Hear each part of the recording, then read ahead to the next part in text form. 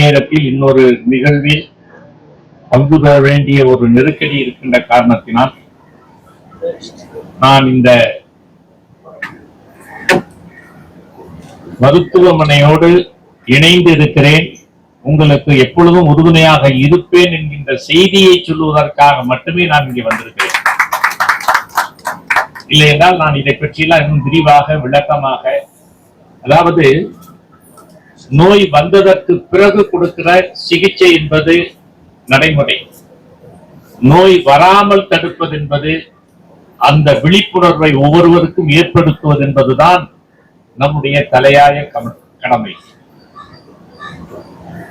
அந்த வகையில் அவற்றையெல்லாம் நான் பேசலாம் என்று இருந்தேன், எனக்கு நேரம் இல்லை. இன்னொரு நாள் நான் நிச்சயமாக நான் அதை பற்றி எல்லாம் பேசுகிறேன்.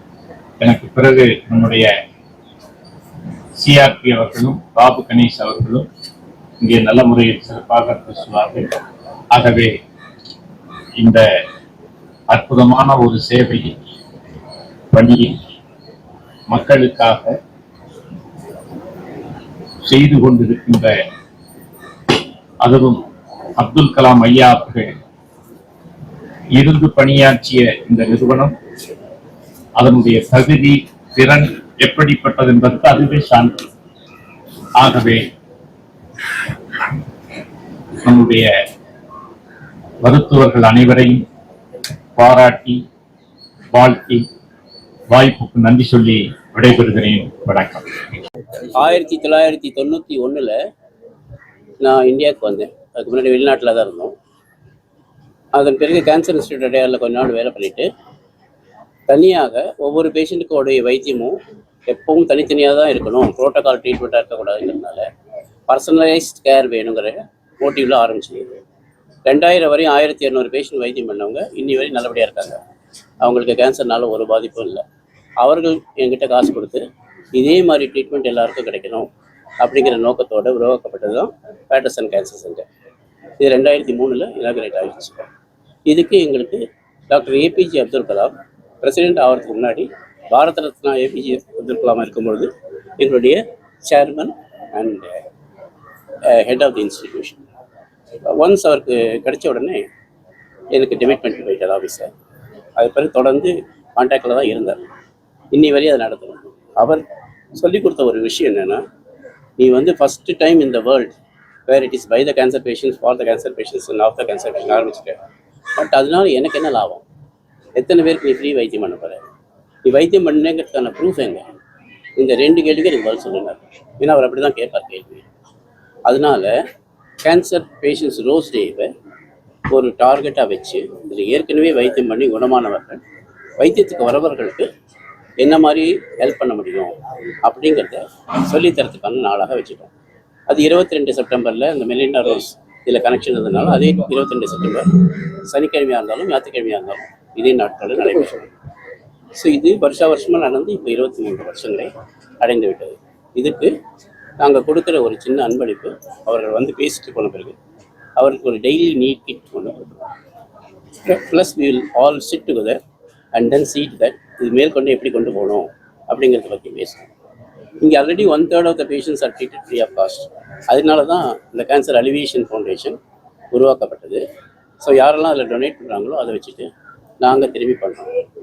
இன்ட்ரெஸ்டிங்காக சொல்ல வேண்டிய விஷயம் என்னென்னா, வருஷம் இவங்க வராங்க இல்லையா, இவர்களே டோனர் ஆகிடுறாங்க. நாம் பெற்ற இன்பம் இவங்க பெறணும்னு சொல்லிட்டு ஒவ்வொரு வருஷமும் I get around 8 to 10 lakhs per year donation வரும். அது நாங்கள் திரும்பி கேன்சர் பேஷண்ட்ஸ் ஏழைகளுக்கு வைத்தியத்துக்கு யூஸ் பண்ணுறோம். ஒரு இராணுவத்தை பற்றியும் டெரரிசத்தை பற்றியும் ஒரு படம் எடுக்கிறோம். அந்த படத்தில் சார் இந்த பண்ணுற சர்வீஸை ஃபஸ்ட்டு கார்டு அண்ட் வாய்ஸாக போடுறதுக்கு இங்கே அவர் முன்னாடி அவர் பர்மிஷனோட அனுமதிக்கிறோம். என்ன சொல்ல நினைக்கிறீங்களோ மக்களுக்கு அதை உங்கள் வாய்ஸை இந்த படம் ஃபஸ்ட் கார்டாக போடுறோம். நன்றி. ஒரு நல்ல முயற்சி தொடர்ச்சியாக அவங்க செஞ்சிட்டு வர்றாங்க. அதே மாதிரி ஒரு விழிப்புணர்ச்சி, ஒரு தன்னம்பிக்கையை ஊட்டி இந்த புற்றுநோயை அகற்றுவதற்காக தொடர் தீவிர சிகிச்சை செய்து ஏராளமானவர்களை இன்றைக்கு குணப்படுத்தி இருக்கிறார்கள். அதற்கு பல பேர் சாட்சியாக வாக்குமூலம் கொடுத்து கொண்டிருக்கிறார்கள். 15,000 தாண்டிடுச்சு. 15,000க்கு மேற்பட்டவர்கள் குணமாயிட்டேன். குணமாகி இருக்கிறார்கள். அதாவது இது தீர்க்கவே முடியாத ஒரு வியாதி என்கிற ஒரு மனப்பான்மை தான் சமூகத்திலே நிலவி வருகிறது. இப்ப இவரது சொல்றத பார்த்தா இறப்பே கிடையாது, புற்றுநோய் வந்தவர்களுக்கு இறப்பு இல்லை, மரணம் இல்லை என்கிற ஒரு நல்ல தகவலை பல சாட்சியத்தின் மூலமாகவும் தங்கள் வைத்தியத்தின் மூலமாகவும் இந்த அமைப்பு இன்றைக்கு செயல்பட்டு வந்து கொண்டிருக்கிறது.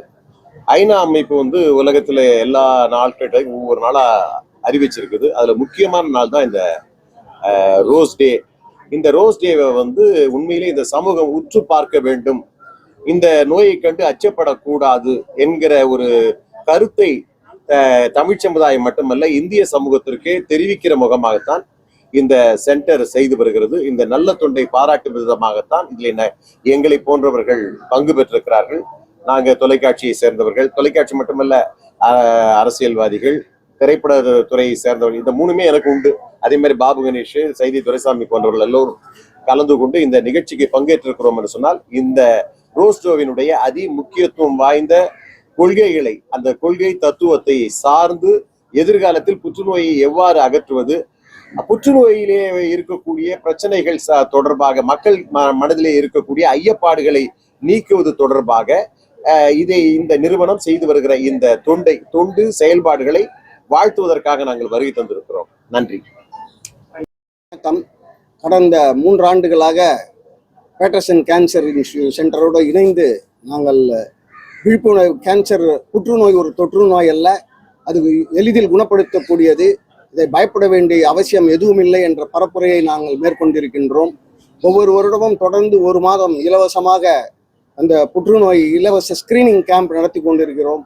அவரோடு டாக்டர் விஜயராகவனோடு இணைந்து நாங்கள் பரப்புரையை தமிழகம் என்றும் எடுத்து சென்று மக்களை வரவேற்கின்றோம். நல்ல ரெஸ்பான்ஸ் இருக்கிறது. கிட்டத்தட்ட ஒரு 117 பேர் இந்த வருஷம் வந்திருக்காங்க.